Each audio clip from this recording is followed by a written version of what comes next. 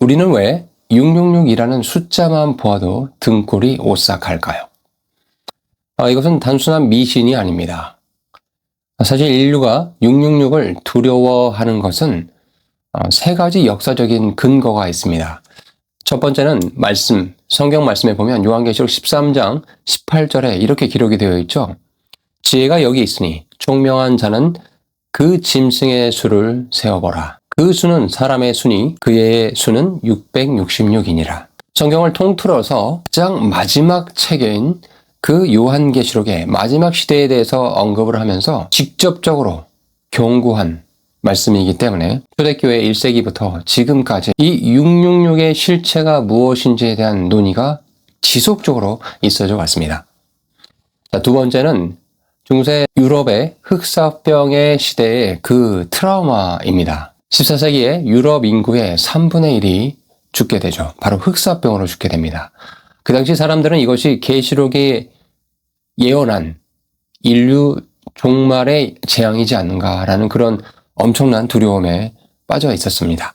그때부터 666은 단순한 숫자가 아니라 세상의 끝을 알리는 신호가 되었던 것이죠. 세 번째는 20세기 들어서 21세기 들어서 급격하게 과학기술이 발달한 것입니다. 기술 문명의 발전이 또 인간의 두려움을 더 가속화시키고 있습니다. 바코드, 마이크로칩, 또 생체인식, mRNA 백신, 인류 역사상 단 한 번도 본 적이 없었던 그런 기술들이 갑자기 등장하자 사람들은 이것이 성경에 예언한 짐승의 표인가 하는 그런 두려움에 빠져든 것이죠. 그런데 여러분, 여기서 이제 문제가 바로 이 지점에서 문제가 시작이 됩니다. 여러분, 두려움이란 게 뭔지 아십니까? 두려움의 정체는 뭐냐면 저와 여러분의 판단을 마비시켜버려요. 이 두려움에 사로잡힌 사람들을 한번 잘 관찰해 보십시오. 혹은 두려움에 사로잡힌 저와 여러분의 자신을 잘 관찰해 보면 그 사람은 성경을 똑바로 읽을 수가 없어요. 그렇지 않습니까? 그러니 오늘 저와 함께 이 666의 실체를 공부하실 때 그 두려움은 잠시 내려놓으시고 차분히 성경의 본문에 들어가서 정확하게 그 의미가 무엇인지 함께 탐구해 봅시다. 성경을 펼치시기 바랍니다. 메모를 하시면서 들으셔야 돼요. 요한계시록 13장 16절부터 18절의 말씀을 가서 읽어보시면 그 모든 자, 곧 작은 자나 큰 자나 부자나 가난한 자나 자유인이나 종들에게 어떻게 한다? 그 오른손이나 이마에 표를 받게 하고 누구든지 이 표를 받지 않은 자, 이 표가 없는 사람은 매매를 하지 못하게 하니 이 표는 곧 짐승의 이름이라 그 이름의 수라라고 말씀하고 있죠. 여기서 표라는 말이 등장하죠. 이 표의 원어를 가보면 제가 지난번 영상에서 한번 말씀드렸습니다. 기억이 나십니까? 네, 바로 카라그마라고 부른다고 말씀드렸어요. 이 카라그마는 단순한 마크가 아니라고 했죠. 1세기 이 헬라어 단어가 쓰였을 그 당시에 이것의 의미는 뭐냐면은 우리의 살에 새기는 어떤 낙인, 도장으로 찍은 표식, 동전에 새겨진 황제의 형상, 이런 것들을 의미를 했습니다. 당시 로마 제국에서 카라그마는 두 가지 의미로 사용이 되었어요. 첫 번째는 노예에게 찍은 낙인이에요. 그러니까 이 노예가 누구의 소유냐 이런 걸 말해주는 거죠. 두 번째는 로마 황제의 동전에 새겨진 황제의 얼굴과 이름이었어요. 그러니까 이 동전이 없었으면 매매를 할 수 없었겠죠. 여기서 핵심이 나옵니다. 여러분, 요한계시록의 카라그마, 이것은 단순한 마크가 아니라는 거예요. 누군가의 소유임을 공식적으로 인정하는 신앙 고백적인 행위라는 겁니다. 다시 말해서 짐승의 표는 내가 짐승의 소유이며 그의 권위에 복종한다라는, 잘 들으세요, 의도적이고 자발적인 선언이라는 겁니다. 뭐라고요? 의도적이고 자발적인 선언이라는 거예요. 이것이 왜 중요하냐? 우리가 알게 모르게 또 필요에 따라서 백신 주사를 맞습니다. 또 우리가 스캔당한 바코드가 엄청나게 많습니다. 그렇지 않습니까? 또 우리가 발급받는 신분증, 이런 것들은 절대 카라그마가 될 수 없어요. 성경이 말하는 짐승의 표는 반드시 의식적인 결단이 있어야 되고 신앙의 배교적 행위가 동반이 되어야 됩니다. 본인이 분명히 알고, 뭘 알고 있냐? 나는 그리스도가 아니라 이 짐승을 따릅니다. 라는 그 선언을 본인이 분명히 한다라는 겁니다. 이 사실만 확실하게 알아도 뭐 백신 맞으면 짐승의 표냐 이런 두려움은 여러분 내려놓으셔도 좋겠죠? 자, 그렇다면 이 666의 숫자는 도대체 어디서 나온 것인가? 네, 지난번 영상에도 한번 말씀을 드렸었는데 우리는 게마트리아라는 고대 해석법을 좀 참고할 필요가 있다고 말씀드렸었습니다. 고대 헬라어와 히브리어는 알파벳 하나하나에 숫자 값을 넣는다고 말씀드렸어요. 그래서 예를 들어서 알파는 1, 베타는 2, 감마는 3, 뭐 이런 식으로 어떤 이름의 숫자를 대입해서 계산을 하는 게 그 당시 어떤 문헌을 해석하는 해석법이었습니다. 그래서 사람의 이름을 알파벳 숫자로 환산하면 그 사람의 고유한 숫자 값이 나오는 거예요.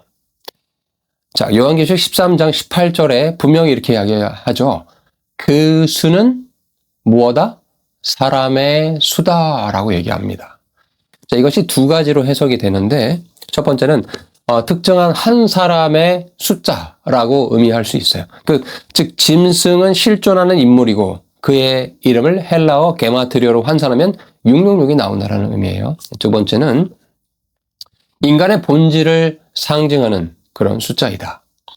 성경에서 6은 뭐라고 말씀드렸죠? 예, 인간의 숫자라고 말씀드렸어요. 하나님께서 6번째 날, 그날에 인간을 창조하시고 인간은 7일째 안식에 들어가지 못한 불완전한 존재가 되었죠. 그러니 666이란 건 뭐냐면 완전 숫자 7에 도달하지 못한 하나님을 흉내내려 하지만 결국 인간일 뿐인 그 존재, 즉 적그리스도의 본성을, 적그리스도의 본질을 적나라하게 상징한다라는 그런 해석이 가능합니다. 자, 그러니 이 두 가지 해석법 우리가 적용해 본다면 666은 미래에 등장할 실존 인물, 적그리스도의 이름이면서 동시에 그가 결코 하나님이 될 수 없는 한낱 피조물에 불과하다라는 것을 폭로하는 숫자라는 겁니다. 자, 여기서 한 가지 중요한 사실을 우리가 짚고 갑시다. 자, 어떤 원어 사본을 가보면 666이 아니라 616이라고 기록된 사본도 있습니다. 이게 무슨 뜻일까요? 그러니까 이 사실은 성경이 거짓이다, 뭐 이런 의미가 아니라 아직 우리가 모르는 미래의 인물이 등장할 것이다 라는 해석의 여지를 더 강하게 남겨주고 있는 거죠. 왜냐하면 그 1세기 필사가들조차도 그 인물의 정확한 이름을 몰랐기 때문에 그런 것이죠. 자, 그러면 이제 사람들이 666에 해당되는 인물이 역사 속에 누가 있었느냐, 이런 또 질문들을 많이 하시는데 몇 가지 답변을 드릴게요. 첫 번째는 그 유명한 네로 황제입니다. 역사적 과거주의의 신학의 입장을 가진 사람들은 네로가 666이었다라고 이렇게 이야기를 하는데 아주 오래된 해석이죠. 네로 황제의 헬라어 이름 네론 카이사르를 히브리어로 옮기면 NRWN QSR이 되는데 이것을 게마트리아로 환산해서 계산해보면 666이 나옵니다. 게다가 네론의 N자를 빼고 NRW QSR로 이렇게 계산을 해보면 616이 나오거든요. 그러니까 일부 사본에 616이 나온다고 아까 말씀드렸잖아요. 이것과 딱 맞아 떨어지잖아요.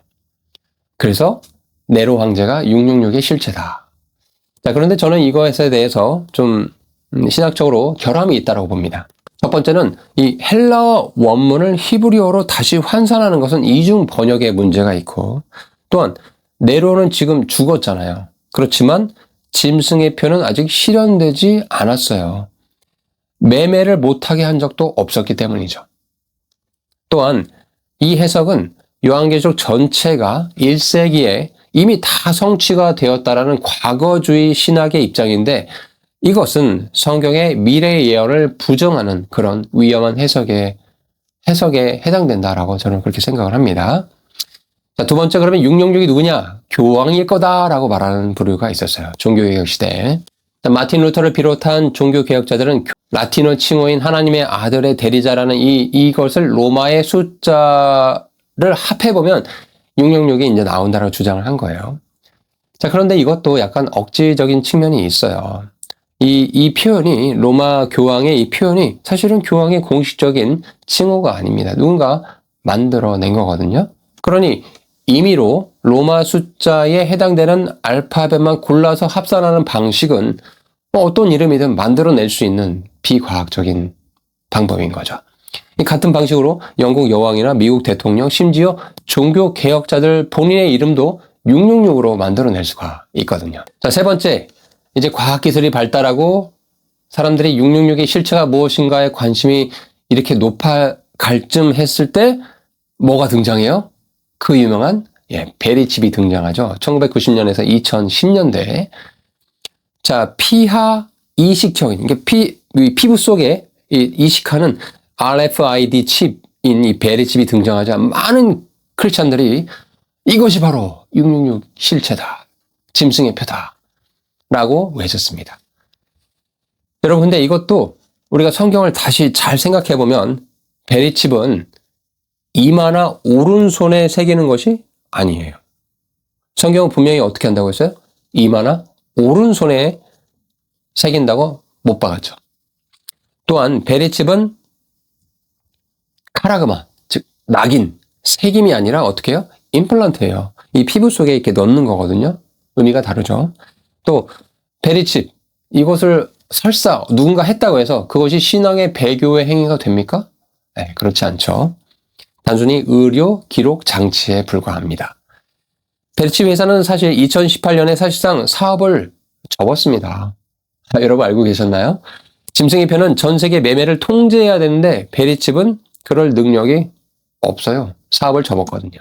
또 어떤 분들은 여러분 바코드가 또 짐승의 표다라고 얘기했던 거 들어보신 적 있죠? 자, UPC 바코드의 시작, 중간, 끝 그 가이드바 숫자를 보시면은 666과 비슷한 모양이 나오거든요. 그럼 이거 보면서 이게 666이다 라고 말하는 부류가 있었습니다. 이것도 시각적인 착각이죠. 바코드의 가이드바는 숫자 6이 아니라 단순한 인식 마커죠. 사람의 몸에 새기는 것도 아니지 않습니까? 자, 그리고 가장 최근에 뭐가 있었습니까? 바로 코로나 백신이 있었어요. mRNA 백신이 인간의 DNA를 바꾸어 짐승의 표를 새긴다라는 주장을 하는 부류들이 실제로 많이 계셨어요. 그런데요, mRNA는 DNA에 통합되지 않습니다. 이는 분자 생물학의 기본이에요. 또 mRNA는 세포질에서 단백질을 만들고 분해됩니다. 핵으로 절대 들어가지 못합니다. 자, 그리고 설사 이런 과학적인 의료적인 지식이 없다 하더라도 여러분, 우리가 백신 어디 맞아요? 오른쪽이나 왼쪽 어깨에 많지 않습니까? 이마나 오른손이 아니라는 거죠. 분명히 성경이 명시한 부위와 다르죠? 그렇죠? 또 백신을 맞은 사람이, 여러분 혹시 저와 여러분 가운데 코로나 백신을 맞은 사람이 분명히 많이 계실 겁니다.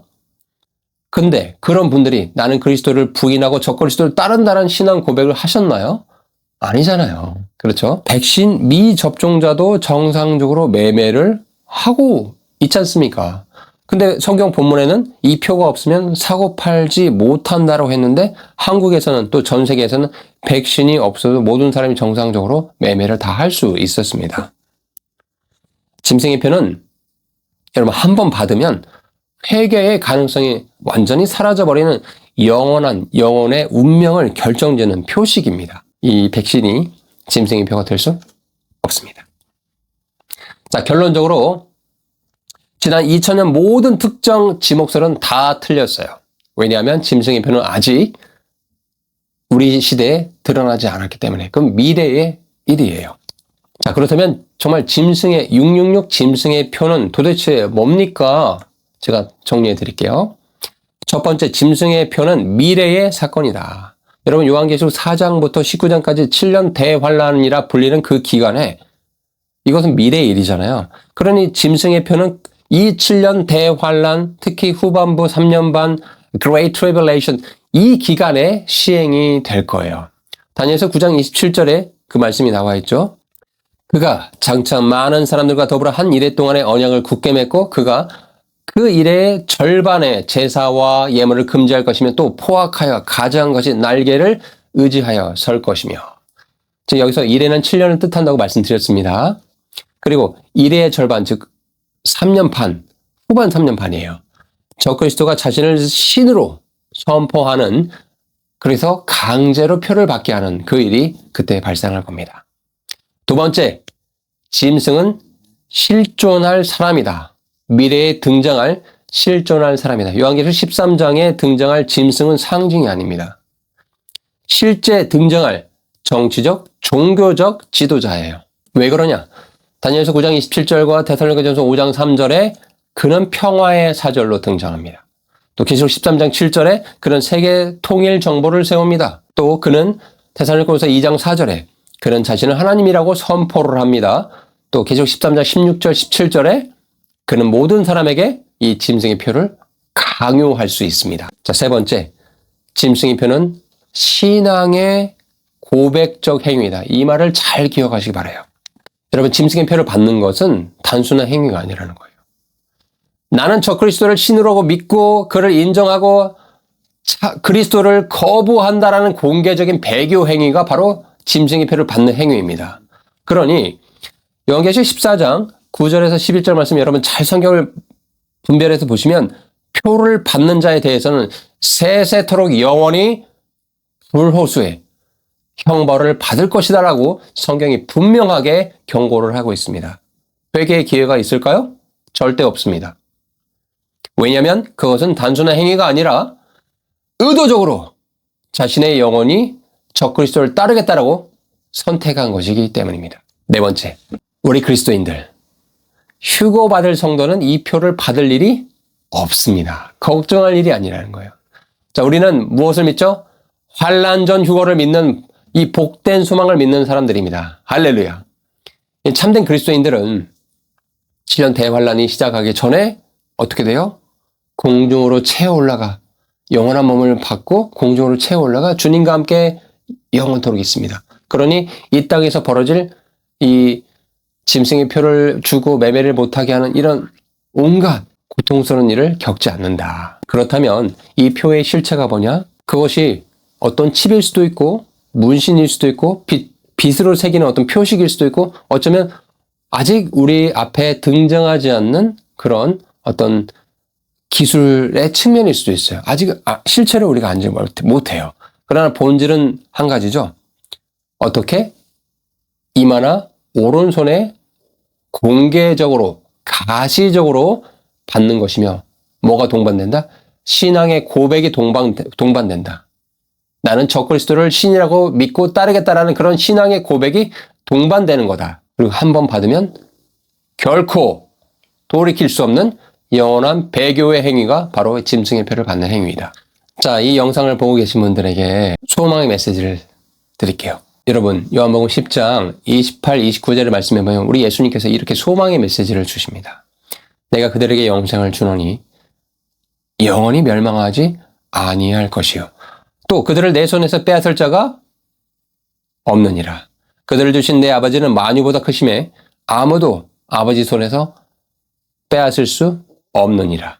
여러분, 저와 여러분이 정말로 예수 그리스도의 전적인 은혜로 구원받은 자들이라 한다면 그 어떤 것도 우리의 구원을 빼앗을 수 없습니다. 그러면 우리가 정말 두려워할 게 뭐냐? 아직 예수님 모르는 가족들, 복음을 듣지 못한 이웃들, 그리고 깨어있지 않는 어쩌면 우리 자신의 신앙입니다. 요한일서 4장 18절에 이렇게 말씀하고 있죠. 사랑 안에는 두려움이 없고 온전한 사랑이 두려움을 내쫓는다. 여러분, 음모론은요, 두려움을 먹고 삽니다. 그러나 복음은 사랑을 먹고 삽니다. 여러분, 음모론에 여러분의 귀한 시간을 낭비하지 마십시오. 여러분, 그 시간에 복음 전파에 시간을 쓰시기 바라요. 여러분, 유튜브에 온갖 음모론들이 있죠? 여러분, 그 음모론들 100편 보면 뭐합니까? 여러분의 영혼에 뭐가 변화가 됩니까? 그렇지 않잖아요. 이 세상에 대한 불평, 불만과 탄식만 늘어나지 않습니까? 아무런 소망이 없습니다. 여러분이 보고 있는 음모론 영상들 다 취소하고 끄시기 바라요. 그 시간에 성경 한 절을 더 묵상하시고 아직 예수님 모르는 자들에게 어떻게 하면 이 은혜의 복음을 전할까?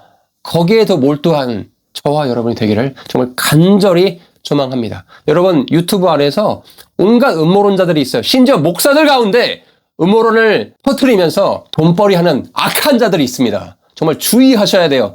여러분 잘 분별하셔야 돼요. 뭐 애국한다, 온갖 가치로 다 포장하지만 알고 보면 다 자기들 돈벌이 하고 있는 거예요. 음모론 말하고 있는 목사들, 음모론 말하고 있는 유튜버들, 여러분들께서 보지 않는 게 그들이 하나님 앞에 돌아가게 하는 유일한 길입니다. 간절하게 부탁드릴게요. 우리가 뭘 해야 될까요? 여러분 성경으로 돌아갑시다. 본질로 돌아갑시다. 음모론 채널을 끄시고 성경을 펼치십시오. 요한계시록은 두려움 책이 아니라 예수 그리스도의 계시이며 승리의 책입니다. 두 번째, 여러분 분별의 영을 구하십시오. 영들을 다 믿지 말고 오직 그 영들이 하나님께 속하였는가 시험하라고 했죠. 여러분 어떤 영상을 봤더니 계속 자극적인 말을 해요. 근데 내 귀가 시원한 것 같아요. 근데 지나고 나면 내 영혼이 피폐해지고 있어요. 거짓된 영입니다. 그가 아무리 설교를 잘하고 목사라고 해도 거짓된 영입니다. 분별하시기 바랍니다. 여러분 세 번째, 깨어 계시기 바라요. 마태복음 24장 42절에 그러므로 깨어 있으라. 어느 날에 너희 주가 임할지 너희가 알지 못함이라. 깨어 있다라는 것은 언제든지 주님 앞에 내가 서도 부끄럽지 않을 그런 거룩한 삶을 하루하루 살아가는 거예요. 네 번째, 복음을 전하십시오. 그리고 마지막으로 평안 가운데 거하십시오. 여러분 오늘 영상이 어떠셨습니까? 666의 실체에 대해서 다 이제 이해가 되셨죠?